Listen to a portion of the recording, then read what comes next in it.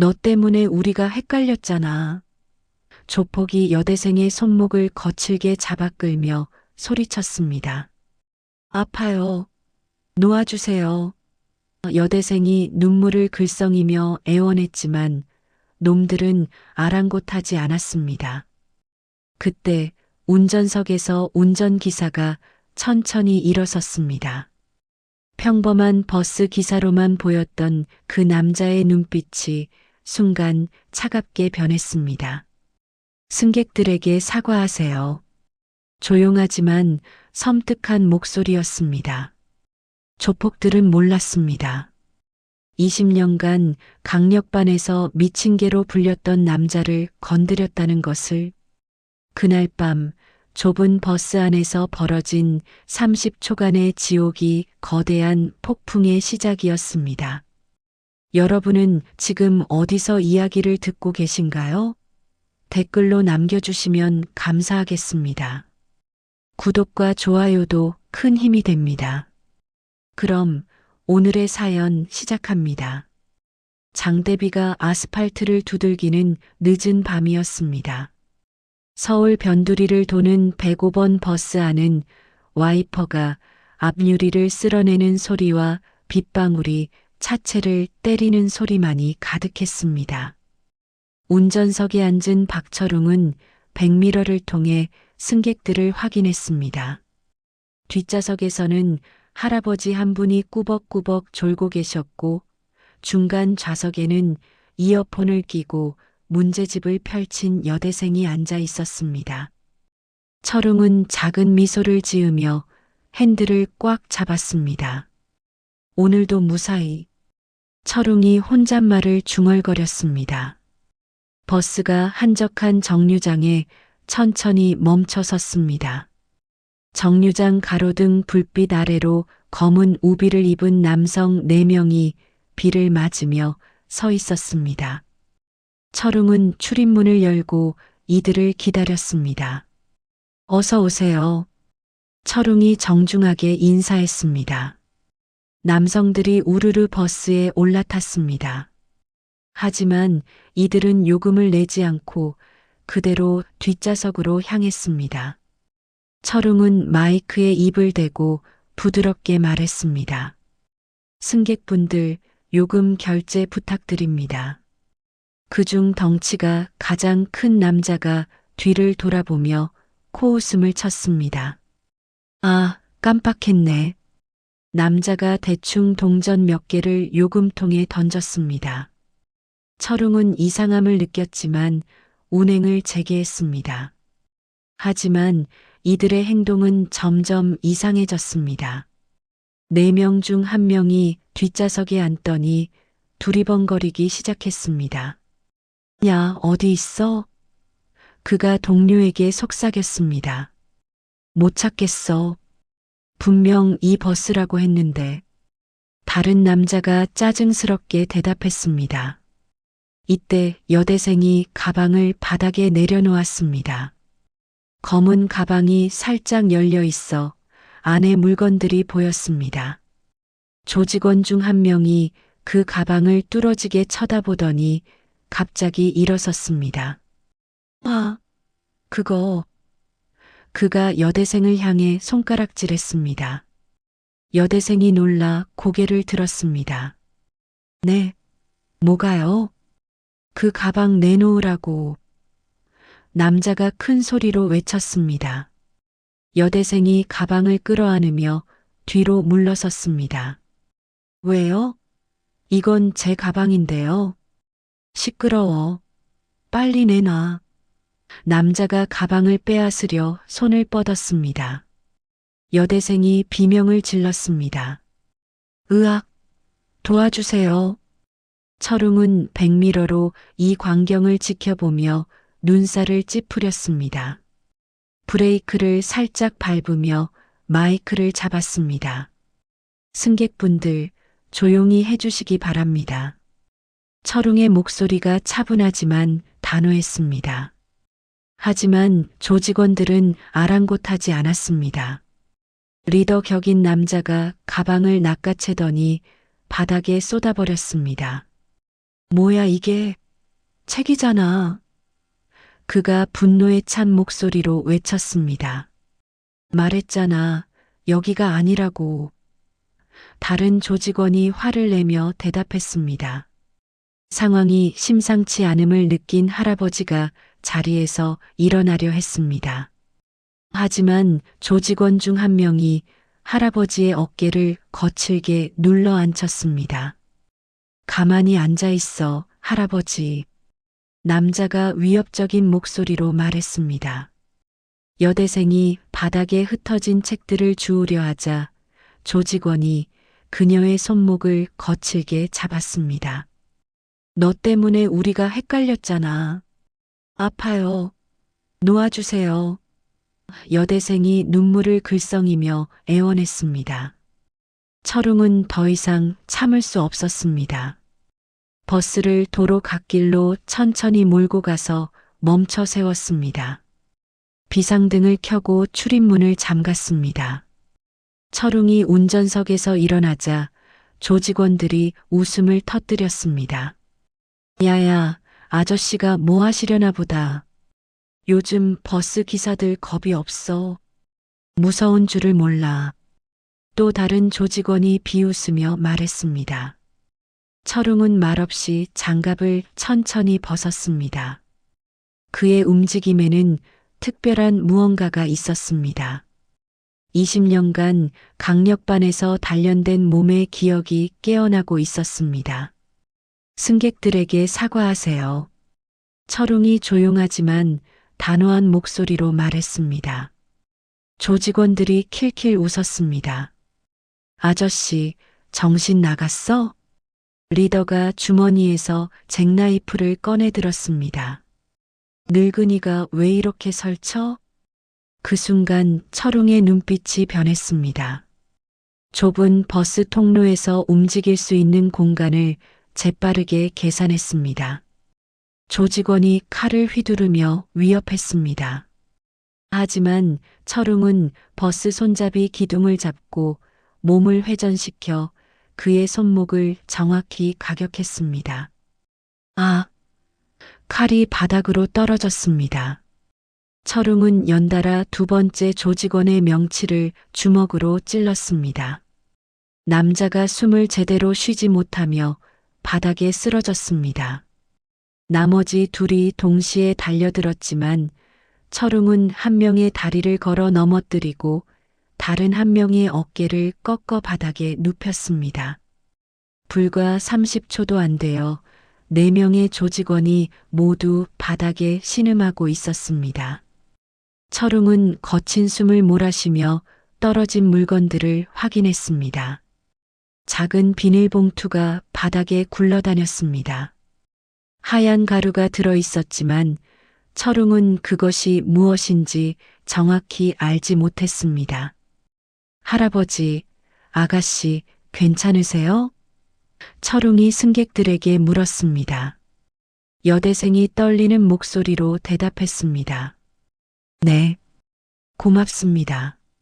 멀리서 사이렌 소리가 들려왔습니다. 누군가 신고를 한 모양이었습니다. 다음 날 아침, 인천 송도의 고급 오피스텔 펜트하우스에서 장기철이 노트북 화면을 보며 이를 갈고 있었습니다. 참교육 버스 기사, 조폭 박살내다라는 제목의 영상이 조회수 150만을 넘어서고 있었습니다. 이 새끼들이 장기철이 노트북을 바닥에 내던졌습니다. 곁에 서 있던 부하가 조심스럽게 입을 열었습니다. 형님, 어떻게 하시겠습니까? 물건은 찾았어? 장기철이 담배에 불을 붙이며 물었습니다. 그게 경찰이 다 가져갔습니다. 부하가 고개를 숙였습니다. 장기철의 얼굴이 일그러졌습니다. 3억 원어치 마약이 날아간 것도 억울한데 조직의 위신까지 바닥에 떨어진 상황이었습니다. 박철웅이었지? 그 버스 기사? 장기철이 천천히 물었습니다. 예, 조사해보니 전직 경찰입니다. 부하가 서류를 건네며 말했습니다. 경찰? 더럽게 재수 없네. 장기철이 서류를 훑어보며 냉소를 지었습니다. 버스 회사부터 눌러. 장기철이 지시했습니다. 알겠습니다. 한편 같은 시각 서울교통공사 사명업소에는 문신을 드러낸 남자들이 들이닥쳤습니다. 배차실 한복판에서 큰 소리를 치기 시작했습니다. 와, 박철웅 어디 있어? 선두에 선 남자가 고함을 쳤습니다. 배차실 직원들이 움츠러들었습니다. 몇몇은 급히 사무실 밖으로 빠져나갔습니다. 저희 회사에 무슨 일로 오신 건지 배차 팀장이 떨리는 목소리로 물었습니다. 닥치고 박철웅 당장 불러. 남자가 책상을 주먹으로 내리쳤습니다. 팀장이 급히 전화를 걸었습니다. 철웅 씨, 회사로 급히 와주세요. 철웅은 그날 비번이었지만 서둘러 회사로 향했습니다. 회사에 도착하자마자 비상사태임을 직감했습니다. 사무실 안에서 욕설이 들려왔습니다. 이런 개 같은 회사에서 일하는 새끼가. 철웅이 문을 열고 들어서자 조직원들이 일제히 그를 쳐다봤습니다. 오, 나왔네. 철웅은 침착하게 물었습니다. 무슨 일입니까? 무슨 일? 어제 우리 형님들한테 한 짓 기억 안 나? 조직원이 철웅 앞으로 다가섰습니다. 정당방위였습니다. 철웅이 담담하게 대답했습니다. 정당방위? 웃기고 있네. 남자가 철웅의 가슴팍을 밀었습니다. 이때 사장이 사무실로 급히 들어왔습니다. 뭡니까 이게? 여기서 뭐 하는 거예요? 아저씨가 사장? 조직원이 사장을 위아래로 훑어봤습니다. 박철웅 때문에 우리 회사 운영이 엉망이 됐잖아요. 조직원이 거짓말을 했습니다. 사장의 얼굴이 굳어졌습니다. 철웅을 힐끔 보더니 한숨을 깊게 내쉬었습니다. 철웅 씨, 잠깐 얘기 좀 합시다. 사장이 철웅을 별실로 불렀습니다. 별실에서 사장은 난처한 표정을 지었습니다. 철웅 씨, 어떻게 된 일입니까? 어제 승객들을 보호한 것뿐입니다. 철웅이 설명했습니다. 그런데 저 사람들이 계속 와서 난리를 피운다면. 사장이 말을 흐렸습니다. 철웅은 사장의 속내를 알 수 있었습니다. 동료들과 회사를 위해 물러서는 것이 맞다고 판단했습니다. 사직하겠습니다. 철웅이 조용히 말했습니다. 철웅 씨. 사장이 미안한 표정을 지었습니다. 철웅은 개인 사물함에서 짐을 정리했습니다. 20년 근무했던 경찰서를 떠날 때와 비슷한 쓸쓸함이 밀려왔습니다. 동료 기사들이 안타까운 눈빛으로 바라봤지만 아무도 나서지 못했습니다. 철웅은 그들을 이해했습니다. 집으로 돌아온 철웅은 현관 앞에서 발걸음을 멈췄습니다. 문짝에 붉은 페인트로 입 조심해라는 글씨가 쓰여 있었습니다. 우편함 안에는 죽은 쥐 한 마리가 들어 있었습니다. 철웅의 얼굴이 어두워졌습니다.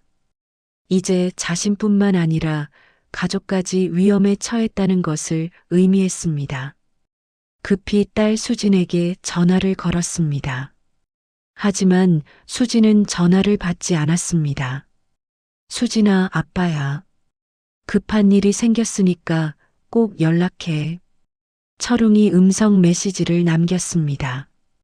그날 밤 철웅은 수진의 자취방 근처 골목에 차를 세워두고 잠복했습니다. 딸의 안전이 가장 중요했습니다. 새벽 2시경 검은 승합차 한 대가 수진의 자취방 앞에 멈춰 섰습니다. 차에서 2명의 남자가 내려 건물로 들어갔습니다. 철웅은 급히 차에서 내려 그들을 뒤따랐습니다. 남자들이 수진의 집 도어락을 만지작거리고 있었습니다. 뭐 하는 거야? 철웅이 큰 소리로 외쳤습니다. 남자들이 깜짝 놀라 뒤를 돌아봤습니다. 누구세요? 내 딸 집에서 뭐 하는 거냐고. 철웅이 다가가며 말했습니다. 남자 중 한 명이 칼을 꺼내 들었습니다. 아, 박철웅? 철웅은 계단에 놓여있던 소화기를 집어들었습니다. 좁은 복도에서 격투가 벌어졌습니다. 아, 남자 하나가 소화기에 맞아 쓰러졌습니다. 나머지 한 명도 철웅의 발차기를 받고 바닥에 널브러졌습니다. 철웅이 남자들의 주머니를 뒤지자 휴대폰이 나왔습니다. 사진첩에는 수진의 등하교 모습과 아르바이트하는 카페 사진이 가득했습니다. 그때 휴대폰이 울렸습니다. 철웅이 전화를 받았습니다. 일 끝났어? 장기철의 목소리였습니다. 내가 장기철이지? 철웅이 차갑게 물었습니다. 오, 박철웅 맞네. 직접 봤다니. 장기철이 웃음소리를 냈습니다. 내 딸한테 손대지 마라. 철웅이 이를 갈며 말했습니다. 딸을 살리고 싶으면 찾아와. 송도 폐차장 103번 창고. 1시간 안에. 장기철이 주소를 불러주고 전화를 끊었습니다. 철웅은 주먹을 꽉 쥐었습니다. 아내와의 약속을 어기게 되었지만 딸을 구하는 것이 우선이었습니다. 송도 폐차장 103번 창고 앞에 도착한 철웅은 택시에서 내려 주변을 살폈습니다. 낡은 철문 뒤에서 웅성거리는 소리가 들려왔습니다. 철웅이 창고 문을 밀고 들어서자 수십 명의 남자들이 원을 그리며 서 있었습니다. 2층 난간에는 의자에 묶인 채 입에 재갈을 물고 있는 수진의 모습이 보였습니다. 아빠. 수진이 재갈 너머로 간신히 소리를 냈습니다. 장기철이 2층에서 위스키 잔을 흔들며 웃었습니다. 어서 와, 영웅님. 딸을 놓아줘. 철웅이 단호하게 말했습니다. 놓아달라고? 무릎 꿇고 빌어봐. 장기철이 조롱하듯 말했습니다. 철웅은 주변을 둘러봤습니다. 조직원들이 쇠파이프와 강목을 들고 있었습니다. 승산이 없어 보였지만 딸을 구하기 위해서는 어떤 일이든 해야 했습니다. 알겠다. 철웅이 천천히 무릎을 꿇었습니다. 하, 봐라, 영웅이 무릎 꿇는다. 장기철이 박수를 쳤습니다. 조직원들이 일제히 달려들어 철웅을 구타하기 시작했습니다. 철웅은 딸을 지키기 위해 저항하지 않고 맞았습니다. 아빠. 수진이 눈물을 흘리며 몸부림쳤습니다. 장기철이 2층에서 내려와 단검을 꺼내 들었습니다. 손가락 하나씩 잘라주지. 그 순간 창고 입구에서 굉음이 들렸습니다. 철문이 찢어지며 검은색 세단이 급속도로 들이닥쳤습니다. 뭐야? 조직원들이 당황하며 소리쳤습니다. 차에서 젊은 여성이 뛰어내려 공포탄을 천장에 발사했습니다. 경찰이다. 모두 엎드려. 연막탄이 터지며 창고 안이 하얀 연기로 가득 찼습니다. 여성이 쓰러진 철웅을 끌어 차에 태웠습니다. 빨리 타세요. 수진이가. 철웅이 간신히 말했습니다. 지금은 일단 빠져야 해요. 여성이 후진 기어를 넣으며 창고를 빠져나갔습니다. 장기철이 분노에 찬 목소리로 외쳤습니다. 쫓아가. 다 죽여버려. 검은 세단은 복잡한 골목길을 누비며 추격자들을 따돌렸습니다. 오토바이들이 뒤쫓아왔지만 여성의 운전 실력은 뛰어났습니다. 외곽의 허름한 건물 앞에 차가 멈춰 섰습니다. 여성이 철웅을 부축해 건물 안으로 들어갔습니다. 여기는 안전해요. 여성이 철웅의 상처를 살펴보며 말했습니다. 철웅이 가까스로 입을 열었습니다. 당신은 누구요? 서지우, 관할서 강력팀 형사입니다. 지우가 경찰 배지를 보여주며 대답했습니다. 형사라고? 철웅이 놀라며 물었습니다. 지우가 벽에 붙은 신문 스크랩을 가리켰습니다.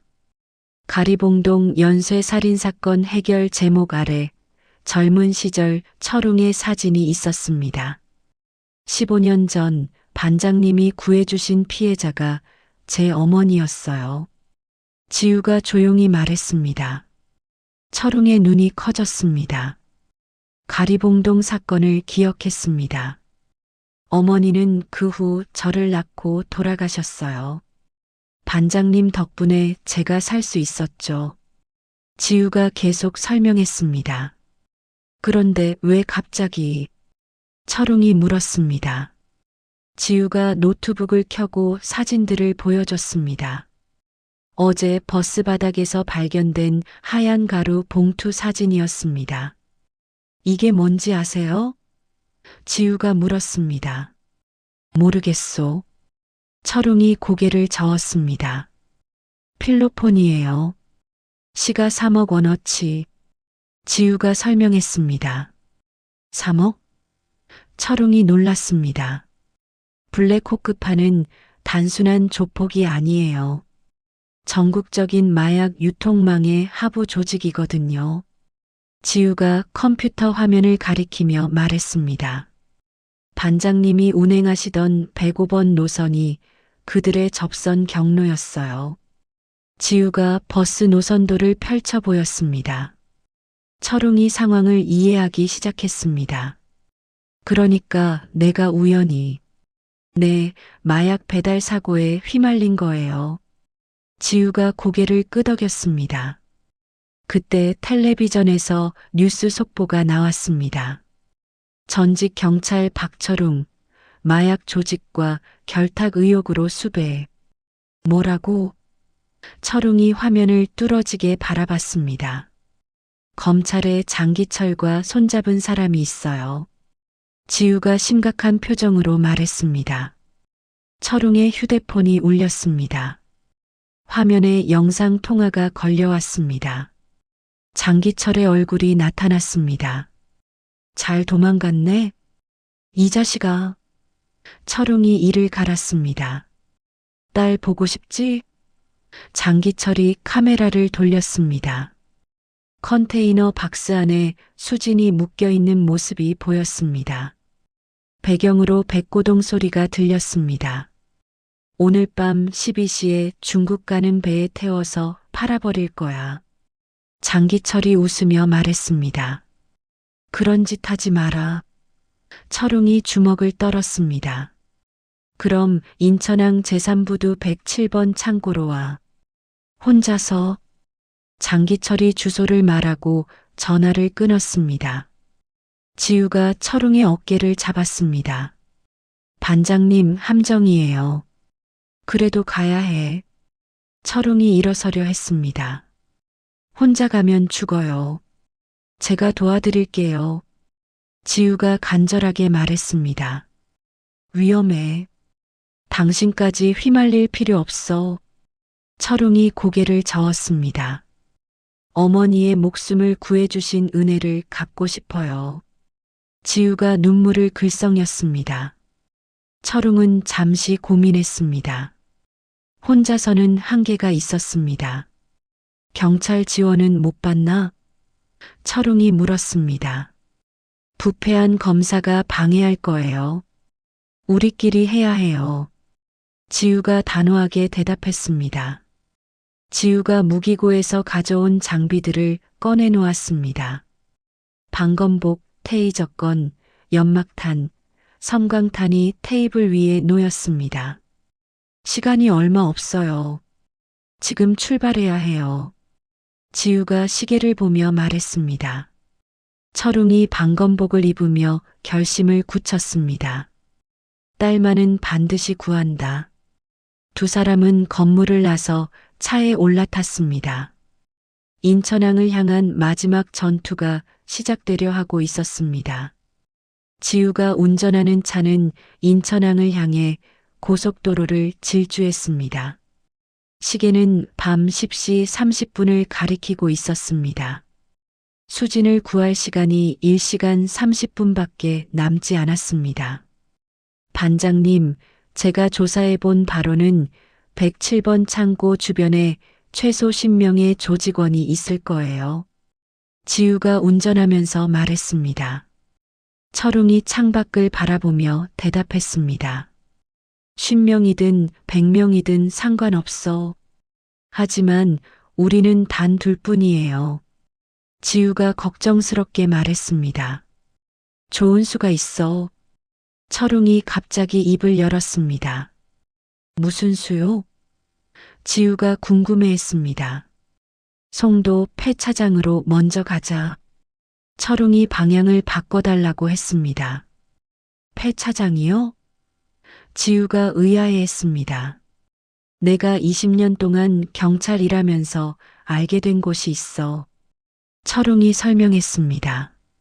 송도 폐차장에 도착한 두 사람은 담장을 넘어 안으로 들어갔습니다. 수백 대의 폐차들이 어둠 속에 놓여 있었습니다. 철웅이 손전등으로 차량들을 하나하나 확인했습니다. 있다. 구석진 곳에 낡았지만 튼튼해 보이는 버스 한 대가 서 있었습니다. 시위 진압용으로 쓰였던 정경 버스였습니다. 이걸로 뭘 하시려고요? 지우가 물었습니다. 정면 돌파야. 철웅이 버스 문을 열며 말했습니다. 철웅이 시동을 걸자 묵직한 디젤 엔진 소리가 울렸습니다. 다행히 기름도 충분히 들어 있었습니다. 와, 진짜 시동이 걸리네요. 지우가 놀라며 말했습니다. 철웅이 버스 내부를 살펴봤습니다. 진압 방패들이 여기저기 굴러다녔습니다.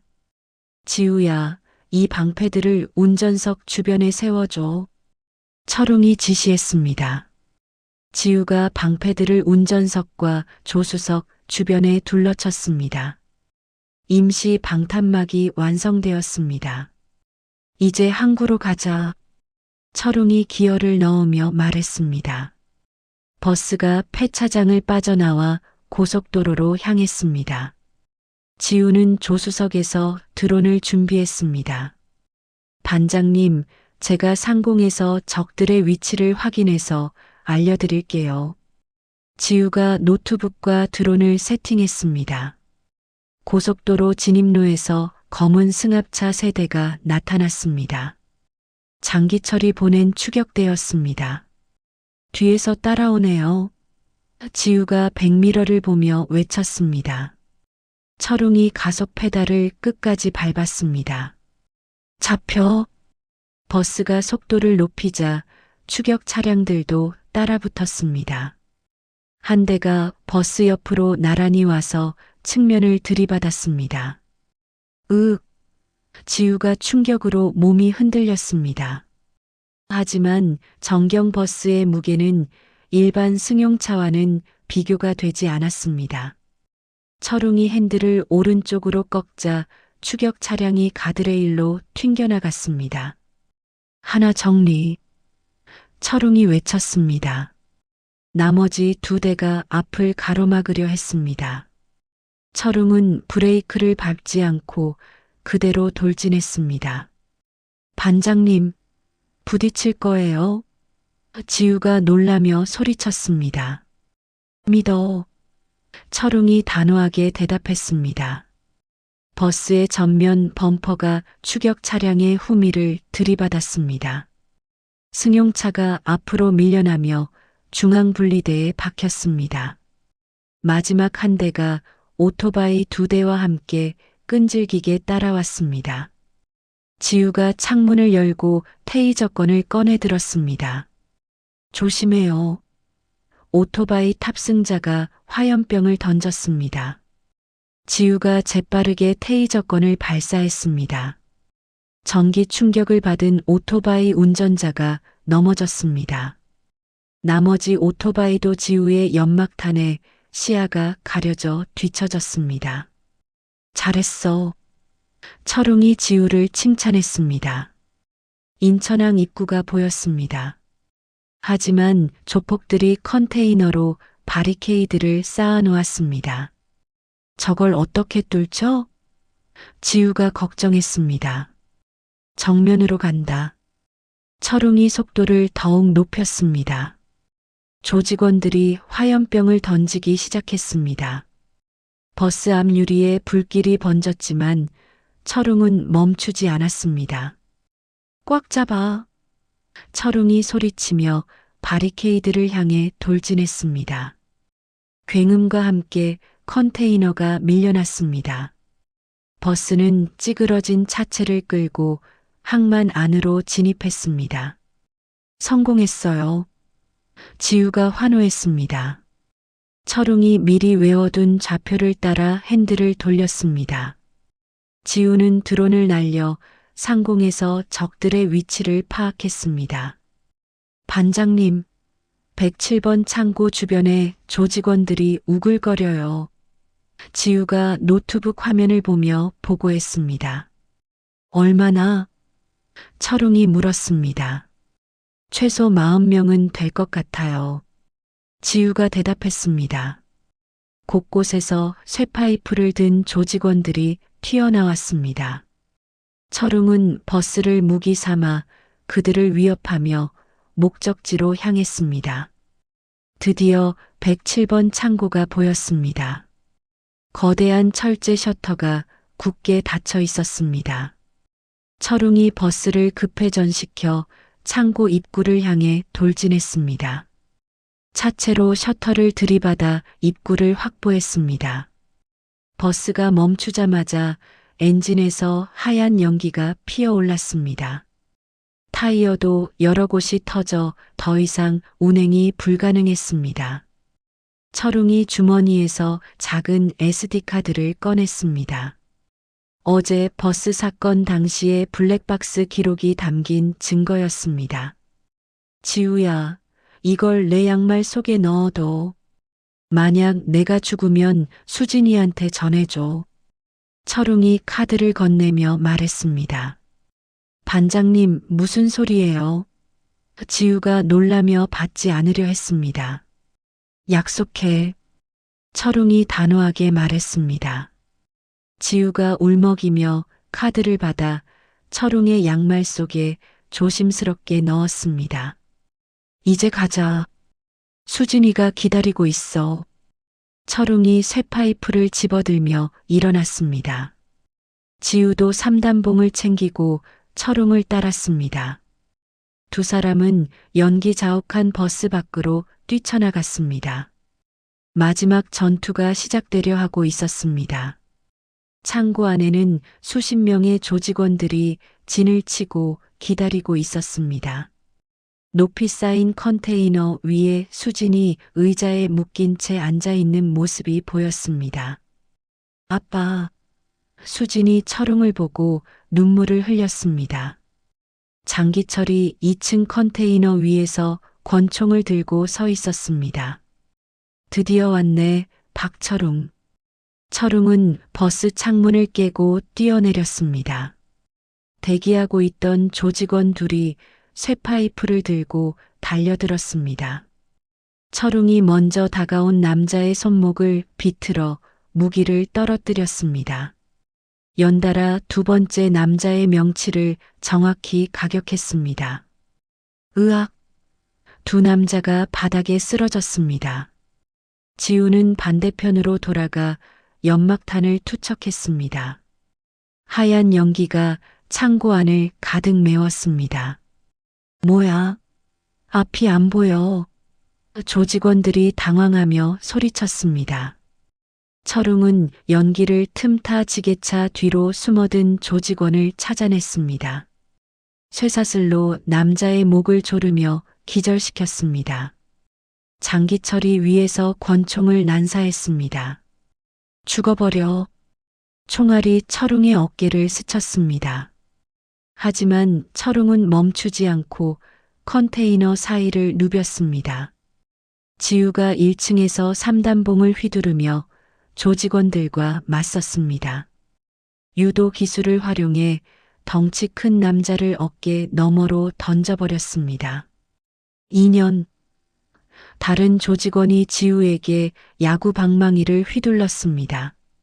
지우가 몸을 낮춰 피하고 남자의 다리를 걸어 넘어뜨렸습니다. 철웅은 바닥에 굴러다니는 쇠사슬을 주워들고 2층으로 향했습니다. 컨테이너 모서리를 밟고 올라가며 장기철과의 거리를 좁혔습니다. 올라오지 마. 장기철이 총을 겨누며 소리쳤습니다. 그때 지우가 드론을 조종해 장기철의 얼굴 앞에서 섬광탄을 터뜨렸습니다. 아! 장기철이 눈을 가리며 비틀거렸습니다.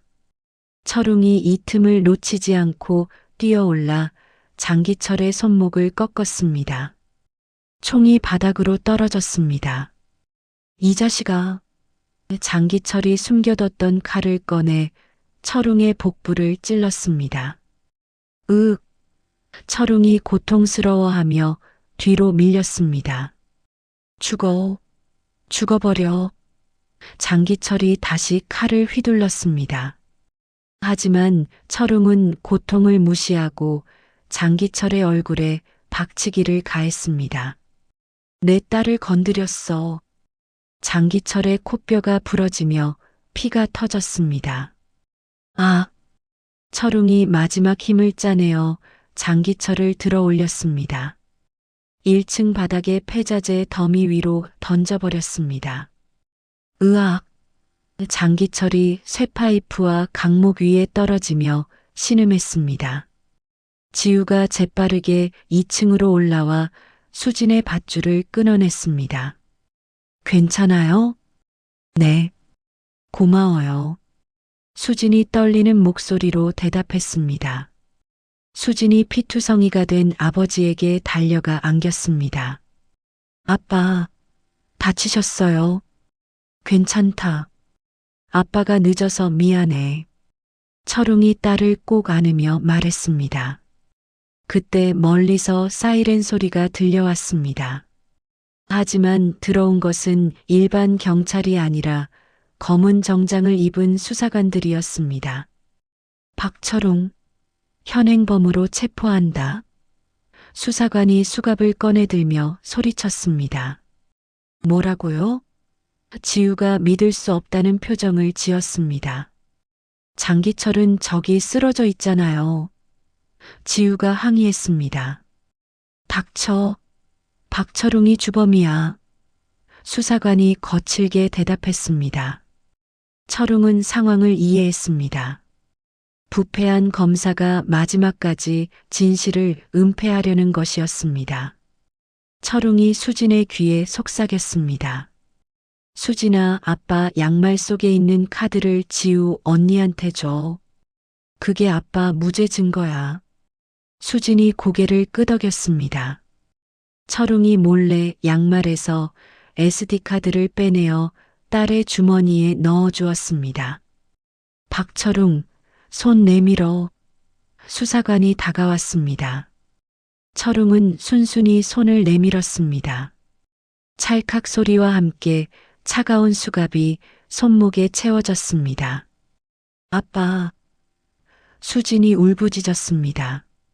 철웅이 복부 상처에서 흘러나오는 피와 누적된 충격으로 의식이 흐려졌습니다. 수진아.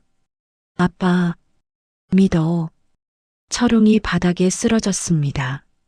수진과 지우가 급히 달려와 그를 흔들었습니다. 반장님, 정신 차려요. 지우가 울먹이며 외쳤습니다. 수사관들은 쓰러진 철웅에게 응급처치를 하라고 지시했습니다. 하지만 그들의 표정에서는 진심이 느껴지지 않았습니다. 구급차가 도착해 철웅을 병원으로 이송했습니다. 수갑이 채워진 채로 말입니다. 수진이 구급차를 따라가려 했지만 수사관이 막아섰습니다. 관계자 외 출입 금지다. 지우가 수진의 손을 잡았습니다. 걱정하지 마요. 반장님을 꼭 구할 거예요. 수진이 주머니 속 SD카드를 꼭 쥐었습니다. 아버지가 목숨을 걸고 지킨 마지막 희망이었습니다. 창고 한편에서는 장기철이 들것에 실려나가며 비열한 웃음을 짓고 있었습니다. 박철웅, 이제 끝이야. 하지만 이것은 끝이 아니라 새로운 시작이었습니다. 진실을 밝힐 마지막 카드가 수진의 손 안에 있었으니까요. 밤하늘에는 여전히 비가 내리고 있었습니다. 하지만 새벽이 오기 전이 가장 어두운 법이었습니다. 서울대병원 응급실에서는 의료진이 철웅의 수술을 위해 분주히 움직이고 있었습니다. 복부 자상과 과다 출혈로 생명이 위험한 상황이었습니다. 환자 혈압이 계속 떨어지고 있습니다. 간호사가 급히 보고했습니다.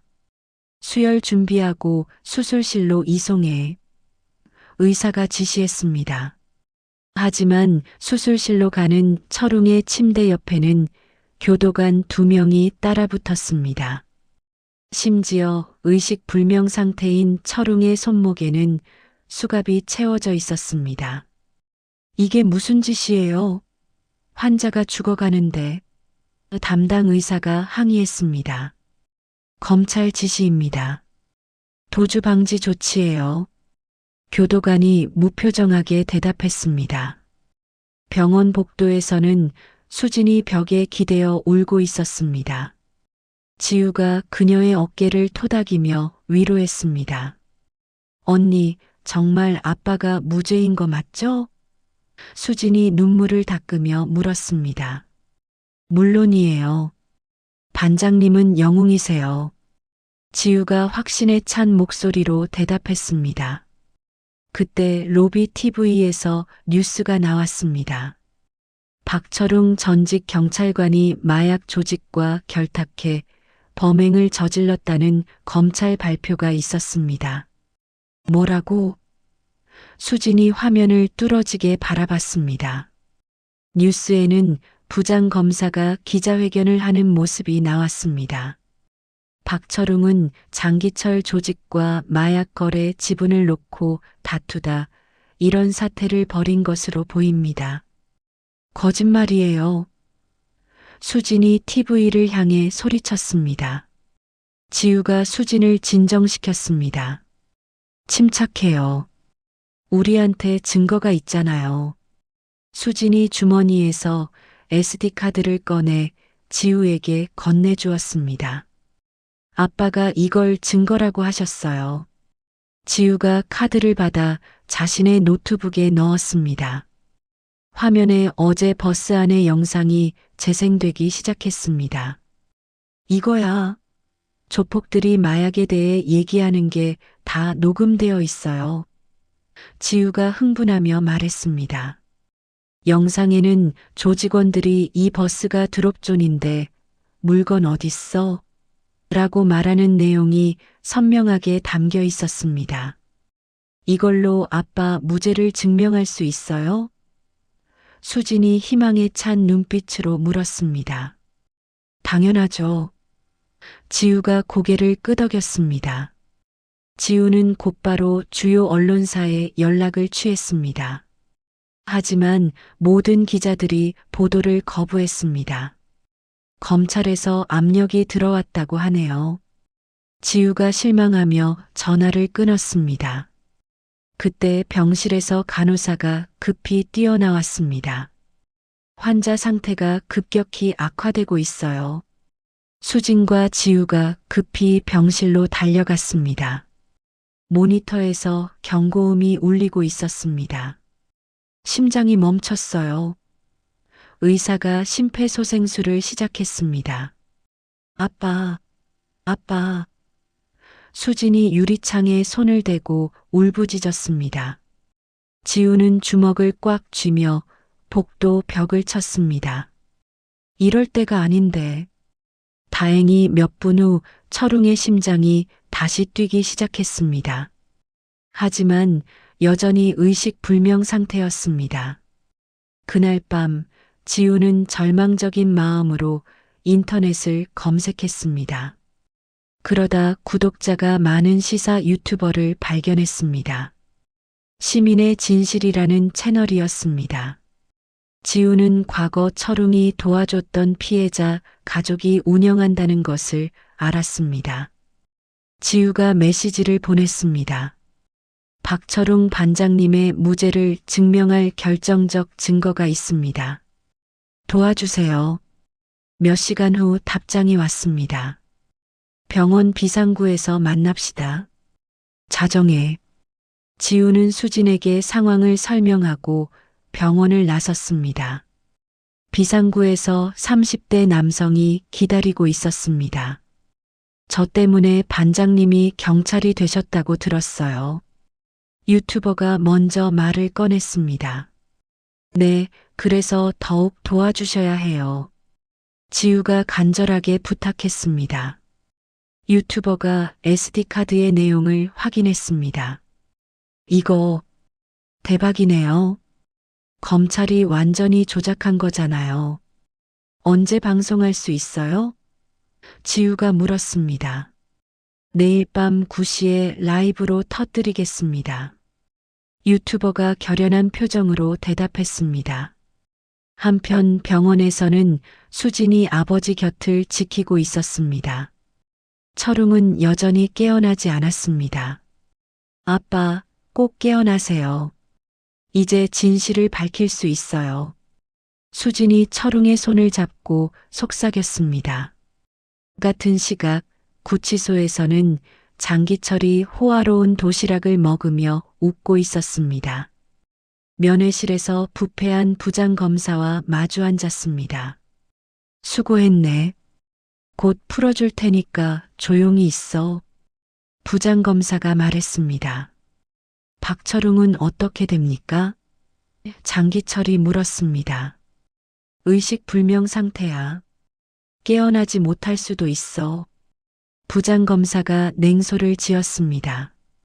다음 날 아침 병원 앞에는 작은 변화가 일어나고 있었습니다. 철웅의 버스를 이용하던 시민들이 하나둘 모여들기 시작한 것입니다. 기사님이 얼마나 친절하셨는데. 한 할머니가 눈물을 닦았습니다. 맨날 안전 운전하라고 하시던 분이 마약이라니 말이 안 돼요. 대학생이 고개를 저었습니다. 시민들이 손수 쓴 편지와 꽃다발을 병원 입구에 놓기 시작했습니다. 작지만 의미 있는 응원의 물결이었습니다. 지우는 이 모습을 보며 희망을 품었습니다. 반장님, 시민들이 믿고 있어요. 조금만 더 버텨주세요.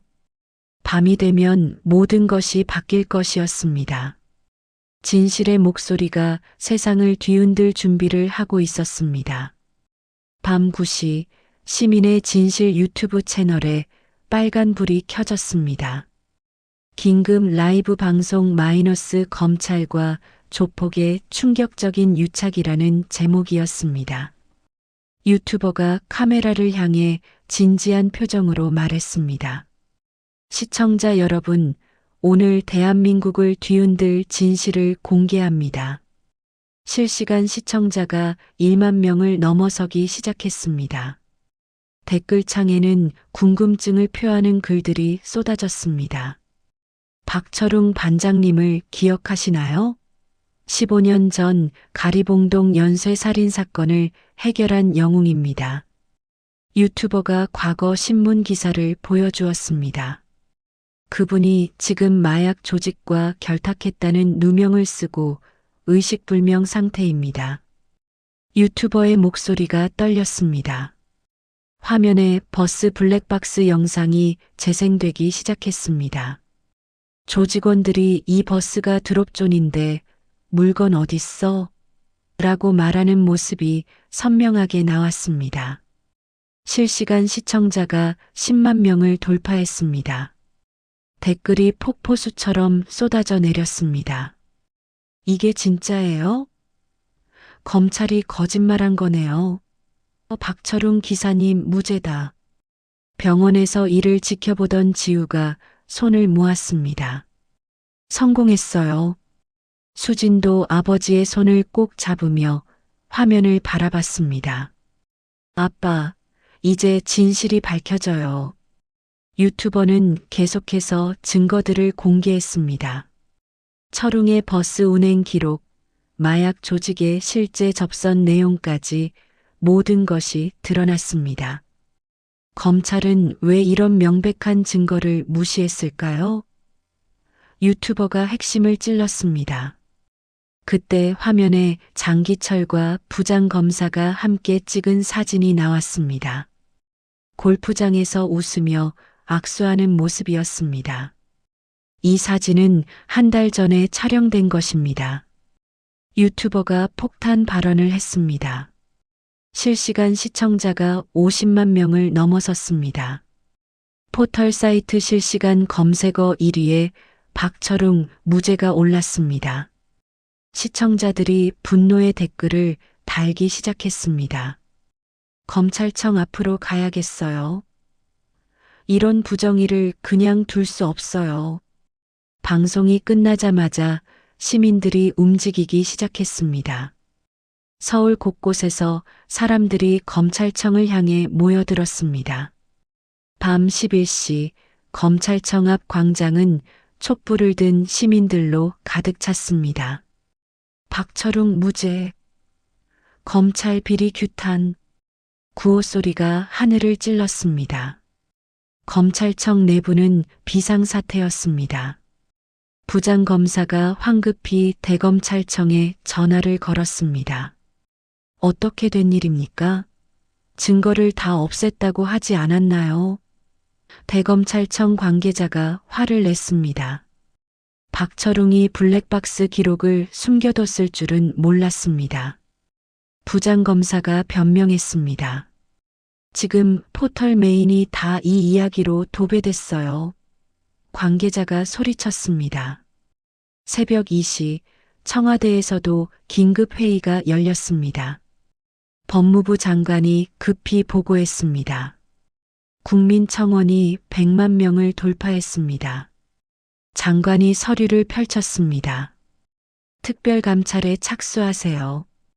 대통령이 지시했습니다. 다음 날 아침 특별수사본부가 검찰청에 들이닥쳤습니다. 부장검사의 사무실을 압수수색하기 시작했습니다. 이게 뭡니까? 부장검사가 항의했습니다. 부패 혐의로 수사받으실 분입니다. 특수부 검사가 냉정하게 말했습니다. 사무실 금고에서 장기철이 건넨 현금 5억 원이 발견됐습니다. 통화 녹음 파일까지 나오며 모든 것이 드러났습니다. 이건 함정입니다. 부장검사가 발악했습니다. 하지만 이미 늦었습니다. 포승줄에 묶인 부장검사가 검찰청을 나서는 모습이 생중계됐습니다. 시민들이 계란과 물병을 던지며 야유를 퍼부었습니다. 썩은 검찰, 국민을 우롱했어. 구치소에서는 장기철이 TV 뉴스를 보며 절망에 빠졌습니다. 이런 젠장, 교도관이 새로운 기소장을 들고 왔습니다. 살인교사, 인신매매, 조직폭력 등 추가 기소됐습니다. 장기철의 얼굴이 새하얗게 질렸습니다. 같은 시각 병원에서는 기적이 일어났습니다. 철웅의 손가락이 미세하게 움직이기 시작한 것입니다. 아빠. 수진이 아버지의 손을 잡고 소리쳤습니다. 철웅이 천천히 눈을 떴습니다. 흐릿한 시야에 딸의 얼굴이 보였습니다. 수진아. 철웅이 힘겹게 말했습니다. 아빠, 이제 다 끝났어요. 아빠가 이겼어요. 수진이 눈물을 흘리며 말했습니다. 지우가 병실로 뛰어들어왔습니다. 반장님, 검찰이 모든 혐의를 취소했어요. 철웅이 약한 미소를 지었습니다. 고마워. 모두 담당 의사가 들어와서 검사했습니다. 생명에는 지장 없습니다. 회복도 빨라질 것 같네요. 병실 창밖으로는 여전히 시민들이 응원 현수막을 들고 서 있었습니다. 박철웅 기사님 힘내세요. 진짜 영웅입니다. 철웅은 창밖을 바라보며 감사한 마음을 느꼈습니다. 정의가 승리하는 세상이 아직 남아 있었습니다. 수진이 아버지의 손을 꼭 잡았습니다. 아빠 사랑해요. 나도 사랑한다, 수진아. 철웅이 딸의 머리를 쓰다듬었습니다. 진실은 결국 밝혀졌고 정의는 승리했습니다. 이제 새로운 시작을 위한 회복의 시간이 필요했습니다. 1년 후 따뜻한 봄날, 벚꽃이 흩날리는 아침이었습니다. 철웅은 거울 앞에서 깔끔하게 다림질된 유니폼을 입었습니다. 복부에 남은 흉터가 아직 아팠지만 일상생활에는 지장이 없었습니다. 아빠, 도시락이에요. 수진이 정성스럽게 싼 도시락을 건네주었습니다. 고맙다. 오늘 저녁에는 일찍 들어올게. 철웅이 딸의 어깨를 토닥였습니다. 아빠, 무리하지 마세요. 수진이 걱정스러운 표정으로 말했습니다. 철웅은 수진과 함께 찍은 가족 사진을 지갑에 넣고 집을 나섰습니다. 오랜만에 맞는 아침 공기가 상쾌했습니다. 차고지에 도착한 철웅을 동료 기사들이 반갑게 맞이했습니다. 철웅 씨, 진짜 돌아오셨네요. 고생 많이 하셨어요. 이제 정말 끝난 거죠? 김 기사가 어깨를 두드리며 말했습니다. 네, 이제 평범하게 살고 싶습니다. 철웅이 미소를 지었습니다. 새로 배정받은 105번 버스는 최신형 친환경 전기버스였습니다. 철웅이 운전석에 앉아 계기판을 확인했습니다. 모든 것이 정상이었습니다. 가자, 파트너. 철웅이 버스에게 말하듯 중얼거렸습니다. 시동을 걸자 조용한 전기 모터 소리가 들렸습니다. 예전의 디젤 엔진과는 다른 느낌이었지만 나름 좋았습니다. 첫 번째 정류장에 도착하자 승객들이 타기 시작했습니다. 학생 몇 명이 철웅을 알아보고 수군거렸습니다. 우와, 진짜 그 영웅 기사님이다. 사진 찍어도 될까요? 철웅이 쑥스러운 듯 손을 흔들었습니다. 공부 열심히 하세요. 한 할머니가 승차하시며 반갑게 인사했습니다. 기사님, 그동안 어디 계셨어요? 보고 싶었어요. 건강이 안 좋아서 쉬었습니다. 이제 괜찮아요. 철웅이 정중하게 대답했습니다. 다행이네요. 기사님 같은 분이 계셔야 우리가 안심하고 다녀요. 할머니가 고마워했습니다. 버스가 시내를 지나며 각 정류장을 순회했습니다. 철웅은 1년 전에 그 밤을 떠올렸습니다. 하지만 이제는 평온한 마음이었습니다. 경찰서 앞 정류장에 정차하자 지우가 사복 차림으로 올라탔습니다. 계급장을 보니 경장에서 경위로 승진한 모습이었습니다. 반장님, 아니 기사님, 지우가 밝게 웃으며 인사했습니다. 지우야, 승진 축하한다. 철웅이 기뻐했습니다. 지우가 음료수 세트를 운전석 옆에 놓았습니다. 복직 축하 선물이에요. 고맙다. 요즘 어떻게 지내? 철웅이 물었습니다. 덕분에 진짜 형사다운 일을 하고 있어요. 시민들이 많이 도와주세요. 지우가 자랑스럽게 말했습니다. 버스가 한강 다리를 지나며 아름다운 풍경을 선사했습니다. 강물이 햇살에 반짝이며 흘러가는 모습이 평화로웠습니다. 진짜 좋은 세상이에요, 반장님. 지우가 창밖을 보며 말했습니다. 그래, 우리가 지킬 가치가 있는 세상이지. 철웅이 고개를 끄덕였습니다. 다음 정류장에서 지우가 내렸습니다. 안전 운전하세요. 과속하면 딱지떼요. 철웅이 웃으며 손을 흔들었습니다. 알겠습니다, 경위님. 오후가 되자 버스 안에 취객 한 명이 탔습니다. 술에 취해 큰 소리를 내려는 순간이었습니다. 옆자리 승객이 조용히 말했습니다. 아저씨, 여기 박철웅 기사님 버스예요. 취객이 철웅을 힐끔 보더니 조용히 자리에 앉았습니다. 아, 죄송합니다. 승객들이 와그르르 웃음을 터뜨렸습니다. 따뜻하고 평화로운 분위기였습니다. 철웅도 백미러를 보며 환하게 미소 지었습니다. 이런 일상이 얼마나 소중한지 새삼 깨달았습니다. 라디오에서는 경쾌한 오후 음악이 흘러나왔습니다. 철웅이 볼륨을 살짝 높여 승객들과 함께 듣었습니다. 다음 정류장은 시청 앞입니다. 내리실 문은 오른쪽입니다. 철웅이 부드러운 목소리로 안내했습니다. 해가 서쪽으로 기울어가며 하루가 저물어 갔습니다. 철웅은 마지막 운행을 위해 엑셀을 부드럽게 밟았습니다. 석양이 도로를 금빛으로 물들이는 가운데 105번 버스는 시민들을 안전하게 목적지로 실어 나르고 있었습니다. 평범하지만 위대한 영웅의 새로운 일상이 계속되고 있었습니다. 철웅은 창밖의 아름다운 저녁 풍경을 바라보며 만족스러운 하루를 마무리했습니다. 오늘도 무사히, 내일도 무사히. 그것이 그가 바라는 전부였습니다. 시민 여러분의 안전한 귀가를 위해 오늘도 함께하겠습니다.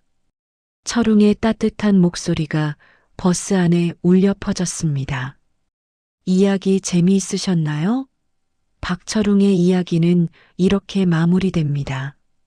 평범한 시민이 된 전직 형사가 우연히 마주한 불의 앞에서 다시 한번 정의의 검을 뽑았고 그 과정에서 겪은 시련과 아픔, 그리고 마침내 찾아온 승리까지. 때로는 세상이 너무 불공평하게 느껴질 때가 있습니다. 악한 자들이 떵떵거리며 살아가고 선량한 사람들이 고통받는 모습을 보면 분노가 치밀어 오르기도 하죠.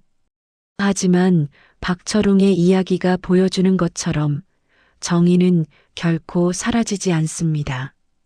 때로는 늦더라도, 때로는 예상치 못한 방식으로라도 반드시 승리하게 되어 있어요.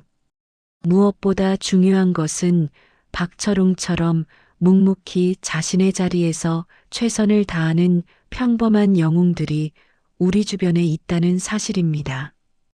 버스 기사, 경찰관, 소방관, 그리고 여러분과 같은 평범한 시민들 말이죠. 여러분 모두가 누군가에게는 영웅이 될 수 있는 소중한 존재입니다. 이야기를 끝까지 들어주신 분이 계시다면 잘 들었다고 댓글 하나 남겨주세요. 감사합니다.